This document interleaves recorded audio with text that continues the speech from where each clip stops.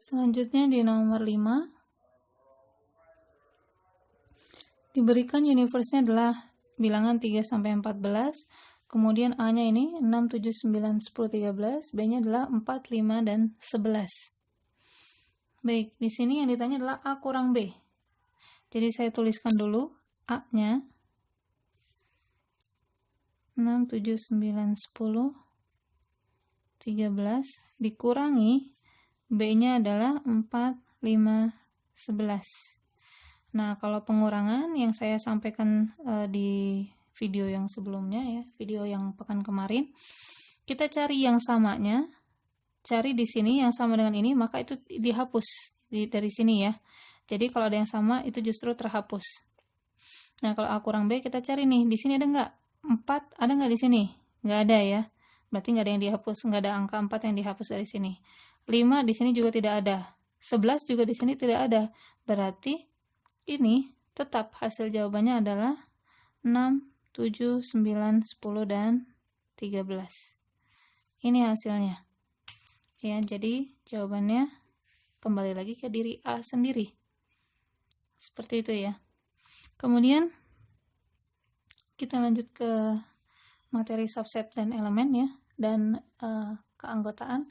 Di sini saya mau menjelaskan bagaimana kita menunjukkan bahwa dia adalah subset atau elemen atau keanggotaan. Di sini diberikan A, B. Subset dari ini atau tidak? Perhatikan bahwa kalau subset itu yang ada di luar ini harus kita ambil seluruhnya. Ya. Jadi gini, subset itu yang kita perhatikan adalah yang di dalam sini. Yang di dalam kurungnya. Di dalam kurung kurawal, di dalam kurungnya himpunan. Apakah elemen A ada di sini? Ada.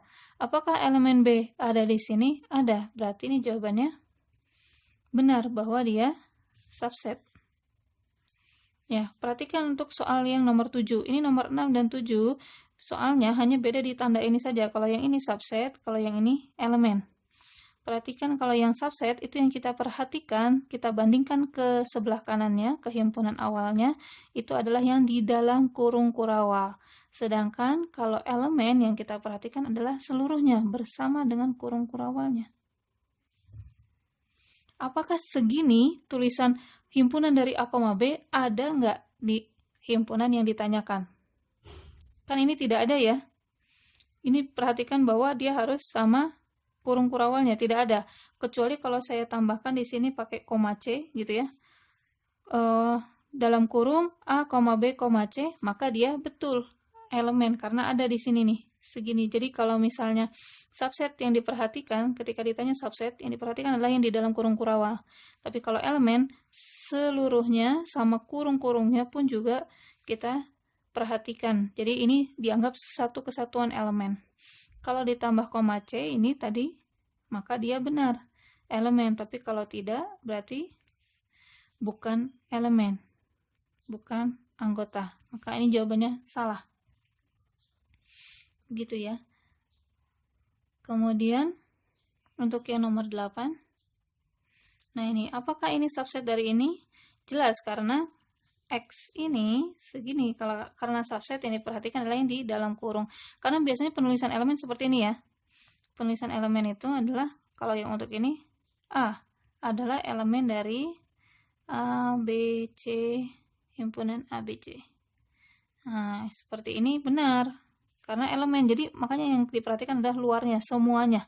Mau ini ada kurung, mau enggak, maka satu ini dianggap satu elemen, ada enggak di dalam himpunan sebelah sininya. Gitu ya, karena ini ada berarti ini benar. Tapi karena yang ini tidak ada, maka dia salah. Ini subset, kalau subset yang diperhatikan adalah yang di dalam kurungnya. Pasti penyajian subset itu pasti dalam bentuk himpunan. Ya, tidak mungkin ini diganti subset misalnya. Saya contohkan yang ini.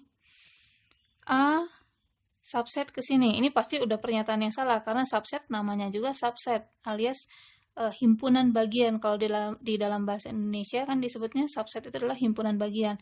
Berarti yang sebelah sininya pun harus himpunan, bukan hanya elemen ya. Maka ini sudah pasti salah yang ini. Nah, kalau yang ini karena dia udah dalam bentuk himpunan, kita perhatikan dalam himpunannya. ada nggak huruf X ini di himpunan yang sebelah sini? Karena ada, maka dia bersifat benar. Pernyataan ini benar. Sedangkan yang ini bagaimana? Kalau elemen, perhatikan seluruhnya. Segini. Ada nggak segini di himpunan yang ini? Tidak ada kan? Maka dia salah. Nah, kalau yang ini juga pertanyaannya elemen ya, bukan subset. Elemen segini, ada nggak? Elemen segini ini ada nggak di sini? Ada, yaitu sama dengan ini kan? Ya, maka ini adalah pernyataan yang benar. Begitu ya. Jadi untuk membedakan antara mana yang subset, mana yang anggota. Jadi kalau subset itu kita baca isi dari dalam kurungnya, tapi kalau elemen kita baca sebagai dia satu kesatuan. Ya, sebagai satu elemen gitu seluruhnya. Begitu. Sekarang kita lanjut nih yang nomor 11, yang ditanya adalah kardinal. Kardinal dari himpunan A, di mana A itu adalah berisi X. X-nya adalah bilangan bulat positif kurang dari 1. Ada nggak bilangan bulat positif kurang dari 1? Isinya apa aja sih? Bilangan bulat positif kurang dari 1. Kan di bawah 1 nggak ada bilangan positif lagi ya. Maka dia sebenarnya ini adalah himpunan kosong. Alias kardinalnya atau banyaknya anggota pasti 0 karena tidak ada. Angka 0 itu sendiri bukan bilangan positif ya. Jadi tidak masuk dalam kategori bilangan bulat positif untuk angka 0. Jadi ini tidak ada himpunan kosong. Dan kardinal dari himpunan kosong adalah 0. Kemudian kardinal dari power set A, di mana A ini punya anggota 1, 5, dan himpunan A,1. Cara mencari kardinal power set, itu kita hitung dulu kardinal dari himpunannya. Berapa banyaknya anggota dari himpunan A? Hitung ya. Dipisahkan oleh koma yang utama, koma yang di luar ya. Yaitu ini, berarti ada 1, 2, 3. Ada 3 anggota. Maka kardinal dari A itu ada 3. Nah, di sini ini bukan berarti ada 2 anggota ya, enggak, karena dia dianggap satu kesatuan. Jadi ini seakan-akan satu himpunan ini dia adalah sebagai elemen. Nah, karena kardinal A itu adalah sama dengan 3, maka kardinal dari power set A, ini ya, power set A, kardinalnya kita beri tanda mutlak, itu sama dengan 2 pangkat 3, alias hasilnya adalah sama dengan 8. Ya, ini ya. 8. Kemudian soal terakhir adalah mengenai power set. Ini diberikan himpunannya adalah 0 dan himpunan kosong.